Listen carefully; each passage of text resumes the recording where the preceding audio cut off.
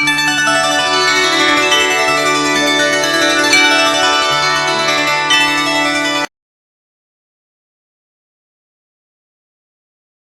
శ్రీ మహాగణాధిపతయే నమః. శ్రీ గురుభ్యో నమః. శ్రీరామచంద్ర పరబ్రహ్మణే నమః.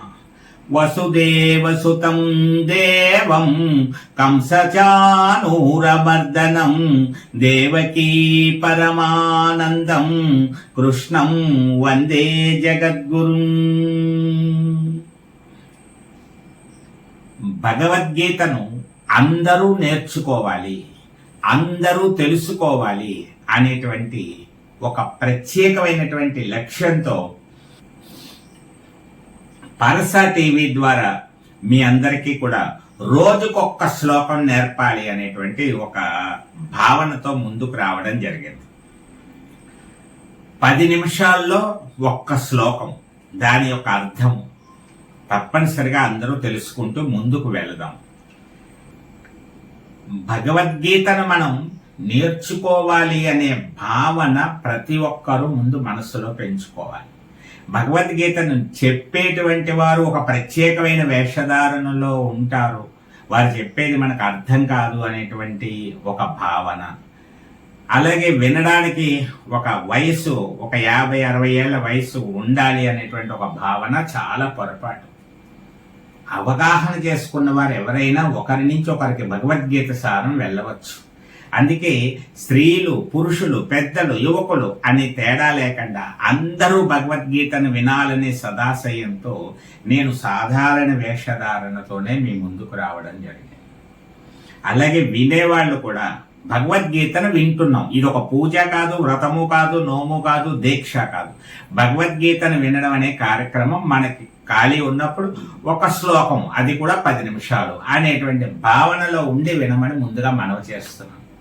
ఆ తర్వాత ఎలాంటి మార్పులు వస్తాయనేటువంటిది అంతా కూడా భగవద్గీత నిర్ణయిస్తుంది, మనం కాదు. ఇది బాగా గుర్తు పెట్టుకోవాలి. ఇంకా రోజు ఒక్క శ్లోకం మాత్రమే. ఇప్పుడు మనం కార్యక్రమంలోకి ప్రవేశిస్తున్నాం. తక్కువ సమయంలో మీకు ఎక్కువ విషయం అందించాలి. శ్రీకృష్ణ పరమాత్మ అర్జునుడికి భగవద్గీత చెప్పాడు. ఈ విషయం మీ అందరికీ తెలుసు. ముందుగా మార్పు చెందినటువంటి వాడు ఎవరయ్యా అంటే అర్జునుడు. అసలు ఈ అధ్యాయానికి పేరే అర్జున విషాద యోగం. విషాదంతో మొదలైంది.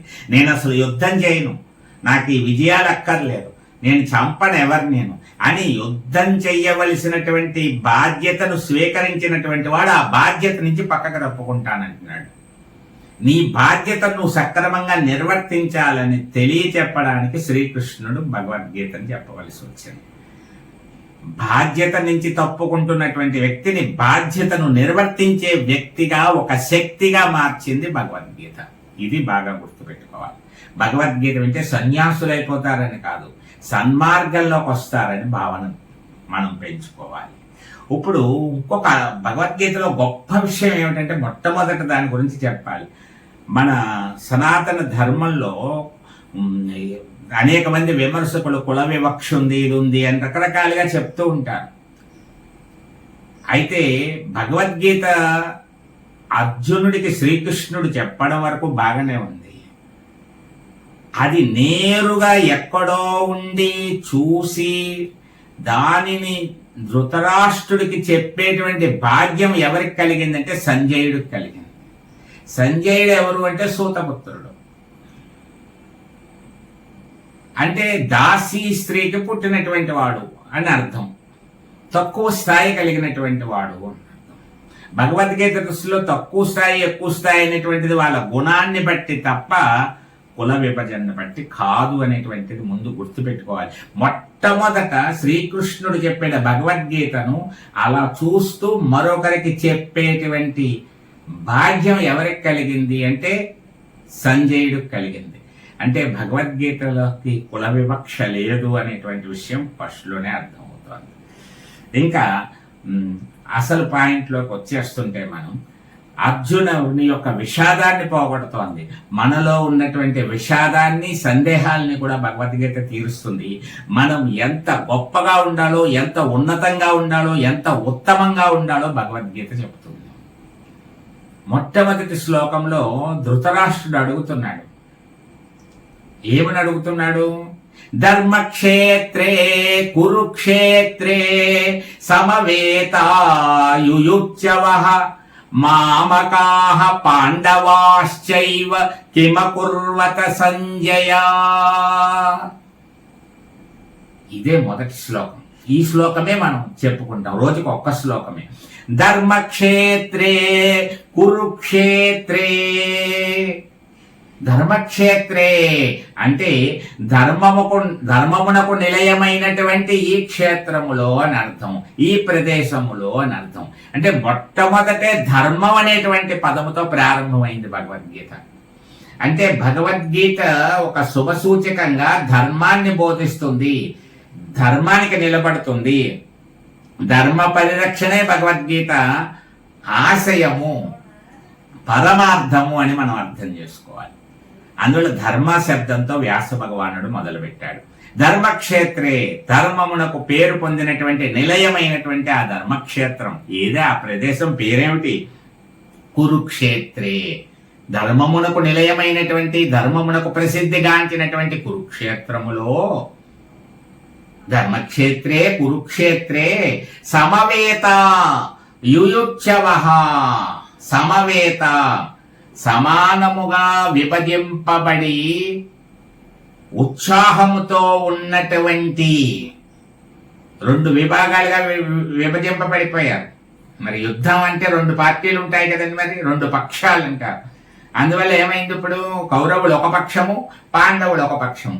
సమానముగా ఉత్సాహముతో విభజింపబడి ఉన్నటువంటి, సిద్ధమై ఉన్నటువంటి మామకాహ పాండవాశ్చైవ కిమకుర్వత సంజయ. ఎంత గొప్పగా అడిగాడో, ఈ శ్లోకంలో ఎంత అర్థం ఉందో, మనం అంతరార్థం ఉందో తెలుసుకోవచ్చు. ముందు కురుక్షేత్రం ధర్మక్షేత్రం అని చెప్పేశాడు. ధర్మక్షేత్రే కురుక్షేత్రే, రెండు సేనలు సిద్ధంగా ఉత్సాహంతో ఉన్నాయి అని చెప్పేశాడు, బాగానే ఉంది. తర్వాత ధృతరాష్ట్రుడు ఒక మాట అడుగుతున్నాడు, అడిగే విధానంలో మామకాహ. ఇక్కడే ఉంది భగవద్గీత మొత్తం రహస్యం అంతా. మామకాహ అనగానే అర్థం ఏమవుతుంది? ఇక్కడికి పాండవాశ్చైవ అన్నాడు. తర్వాత మామకాహ పాండవాశ్చైవ, మా వాళ్ళు, నా వాళ్ళు, పాండవులు అన్న, పాండవులు మొదలైనటువంటి వాళ్ళు అన్న. అంటే ధృతరాష్ట్రుడు ఎవరు అసలు? పాండవులకి ఏమవుతాడు? పెద్దనాన్నే కదా అయ్యేది, కానీ వాళ్ళని వేరుగా పెట్టేశాడు. అందువల్ల నా వాళ్ళు అంటే ఎవరు? తన కొడుకులు కౌరవులు, దుర్యోధనుడు, దుశ్శాసనుడు, శకుని, వీళ్ళంతా మొదలైనటువంటి వాళ్ళందరూ నా వాళ్ళు. పాండవాశ్చైవ, ఆ పాండు రాజకుమారులైనటువంటి పాండురాజపుత్రులు పాండవులు. కిమకుర్వత సంజయ, కిమకుర్వత ఏమి చేశారు సంజయ అంటున్నాడు. ఇది మొదటి శ్లోకం. అంతే, మీరు నేర్చుకోవాలి శ్లోకంతో సహా అనుకున్నారనుకోండి, పిల్లలకి, మీ ఇంట్లో పిల్లలకి నేర్పాలనుకున్నారనుకోండి, మొదటి లైన్ అంతా ఒక 5-6 సార్లు చదవండి.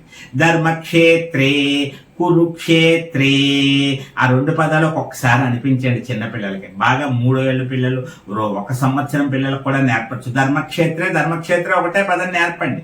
ఆ తర్వాత కురుక్షేత్రే, ఇప్పుడు 2 కలిపి ధర్మక్షేత్రే కురుక్షేత్రే. తర్వాత ఇంకో పదం సమవేత, ధర్మక్షేత్రే కురుక్షేత్రే సమవేత, ధర్మక్షేత్రే కురుక్షేత్రే సమవేత యుయుత్సవః. మొదటి లైన్ అయిపోయింది. మొత్తం అనుకోండి ఇప్పుడు, మొత్తం ధర్మక్షేత్రే కురుక్షేత్రే సమవేత యుయుత్సవః. అప్పుడు వచ్చింది అనుకున్నాక 2వ పాదంలోకి రండి. మామకాహ, మళ్ళీ ధర్మక్షేత్రే కురుక్షేత్రే సమవేత యుయుత్సవః మామకాహ. మామకాహ పాండవాశ్చైవ ధర్మక్షేత్రే కురుక్షేత్రే సమవేత యుయుత్సవః మామకాహ పాండవాశ్చైవ కిమకుర్వత సంజయ కిమకుర్వత సంజయ ధర్మక్షేత్రే కురుక్షేత్రే సమవేతాయుయుత్యవః మామకాః పాండవాశ్చైవ కిమకుర్వత సంజయ. ఇలా ఒక 10 సార్లు అనుకోండి. తర్వాత నుంచి రోజు అనుకుంటాం కాబట్టి ఏమవుతుందంటే మనకి ఈ శ్లోకం గుర్తుండిపోతుంది. అలా ప్రాక్టీస్ కూడా చేసేద్దాం. ఇవాళ మొదటి రోజు కాబట్టి 2 నిమిషాలు ఎక్కువ ఉండొచ్చేమో కానీ 10 నిమిషాల్లోనే మొదటి శ్లోకం అంతా పూర్తి చేస్తాం. ఇప్పుడు ఇందులో భావన కూడా తెలిసిపోయింది. ధృతరాష్ట్రుడు ధర్మక్షేత్రమైనటువంటి కురుక్షేత్రములో ఉభయులు సమానంగా ఉత్సాహముగా ఉన్నటువంటి సేనల మధ్య నా కొడుకులు అయినటువంటి కౌరవులు పాండవులు ఏమి చేశారు చెప్పని ఆతృతగా ఉన్నాడు. ఇక్కడ తన అనేటువంటి ఒక విభజన తీసుకొచ్చాడు. అసలు ధృతరాష్ట్రుడంటేనే అర్థం ఏమిటి అంటే తనది కానటువంటి రాష్ట్రమును ధరించిన వాడు అని అర్థం. అంటే పాండురాజుడు అసలు అర్హుడు, కానీ అన్నగారి మీద గౌరవంతో సింహాసనం మీద కూర్చోబెట్టాడు కదా, అందువల్ల ఆ విషయాన్ని మర్చిపోయాడు కదా, చేసిన మేలు మర్చిపోయాడు కదా, ఆ అభిమానాన్ని తను చూపించట్లేదు కదా, ఎంతసేపు తన సంతానం గురించి ఆలోచిస్తున్నాడు కదా, తమ్ముడి బిడ్డల గురించి ఆలోచించట్లేదు కదా. అంటే ఆలోచనలో స్వార్థం ఉన్న చోట విజయం లభించదు, అది ధర్మము కాదు, అది అధర్మమే అవుతుంది అని కూడా భగవద్గీత చెప్తోంది. మన పిల్లల గురించి అభివృద్ధి గురించి మనం ఆలోచించడంలో తప్పు లేదు, కానీ ఒకరి నాశనాన్ని కోరుకుంటూ వాళ్ళకి న్యాయంగా రావలసినది రాకుండా లాక్కుంటూ మన వాళ్ళు బాగోవాలని కోరుకున్నంత మాత్రాన కోరిక అయితే ఉండొచ్చేమో కానీ అది నెరవేరదు, ధర్మ విరుద్ధం అయిపోతుంది అని భగవద్గీత స్పష్టం చేస్తోంది. ఇంకా ఈ శ్లోకంలో ముఖ్యమైనటువంటిది ఏమిటంటే భగవద్గీతని ఎప్పుడు కూడా విషయం తెలుసుకుందాం, జ్ఞానం తెలుసుకుందాం, భగవద్గీతలో ఏముందో తెలుసుకుందాం అనే భావనతోటే చెయ్యాలి తప్ప, చదవాలి తప్ప, తెలుసుకోవాలి తప్ప ప్రతిఫలాన్ని ఆశించి చేయకూడదు. కొన్ని పారమార్థిక ప్రయోజనాలు చూసుకుంటాం కదా, ఉద్యోగం రావాలనో పెళ్లి కుదరాలనో రకరకాల ఇన్నిసార్లు పారాయణ చేసామంటాం, కానీ భగవద్గీత అలా చేయకూడదు. కానీ భగవద్గీత ద్వారా లౌకిక పరమావధిని కూడా నెరవేర్చుకోవచ్చు అనేటువంటి ఒక ప్రత్యేక పాయింట్ కూడా చెప్పారు. కొన్ని శ్లోకాలను ఎంపిక చేసి ఈ శ్లోకాన్ని మీరు నిరంతరం పఠనం చేస్తే కొంత ఫలితం ఉంటుంది అని చెప్పారు. అందులో భాగంగా ఏమిటంటే ఈ మొట్టమొదటి శ్లోకం ధృతరాష్ట్ర ఉవాచ ధర్మక్షేత్రే కురుక్షేత్రే సమవేత యుయుత్సవః మామకాః పాండవాశ్చైవ కిమకుర్వత సంజయ. ఈ శ్లోకాన్నిట 25,000 సార్లు చదవాలిట. ఎన్ని రోజుల్లో? 21 రోజుల్లో. జప సంఖ్య అంటారు. అంటే ఇదే శ్లోకం ధర్మక్షేత్రే కురుక్షేత్రే సమవేత యుయుత్సవః మామకాః పాండవాశ్చైవ కిమకుర్వత సంజయ అంటే ఇంచుమించు రోజుకి 1200 సార్లు చదవాలి. 1100 సార్లు అయినా తప్పనిసరిగా చదవాలి. అలా చదివితే 21 రోజుల్లో 25,000 అవుతాయి. అయితే ఏమిటి అంటే కార్యసిద్ధి జరుగుతుంది. మీరు ఏదైనా ఒక కార్యం తలపెట్టుకుని మనసులో ఆ కార్యం పూర్తవ్వాలని కోరుకున్నట్లయితే ఈ శ్లోకాన్ని 25 రోజులు 21,000 సార్లు పూర్తయ్యేలాగా అని చూడండి. అది భగవద్గీతలో స్పష్టంగా చెప్పడం జరిగింది. కార్యసిద్ధి కోసం ఈ శ్లోకాన్ని చదవచ్చు అని. మరి పూజించవలసిన దైవం ఎవరు? ఈ శ్లోకం చెప్పేటప్పుడు మనసులో మనం ఊహించుకోవాల్సినటువంటిది ఒక భావనతో ఏ మూర్తిని స్మరించుకుంటూ దర్శించుకుంటూ ఈ శ్లోకాన్ని మనం ధారణ చేయాలి, జపం చేయాలి అని అనుకుంటే పార్థసారథి అర్జునుడి రథమును నడుపుతున్నటువంటి కృష్ణుడి యొక్క ఫోటోని, ఆ రూపాన్ని మనం మనసులో నిక్షిప్తం చేసుకుని దీనిని పారాయణ చేస్తే ఫలితం ఉంటుంది అని చెప్పబడింది. మరి ముందే నియమం పెట్టుకున్నాం, ఎంతసేపు చెప్పినా 1 గంట సేపు అయినా చెప్పాలని ఉంటుంది.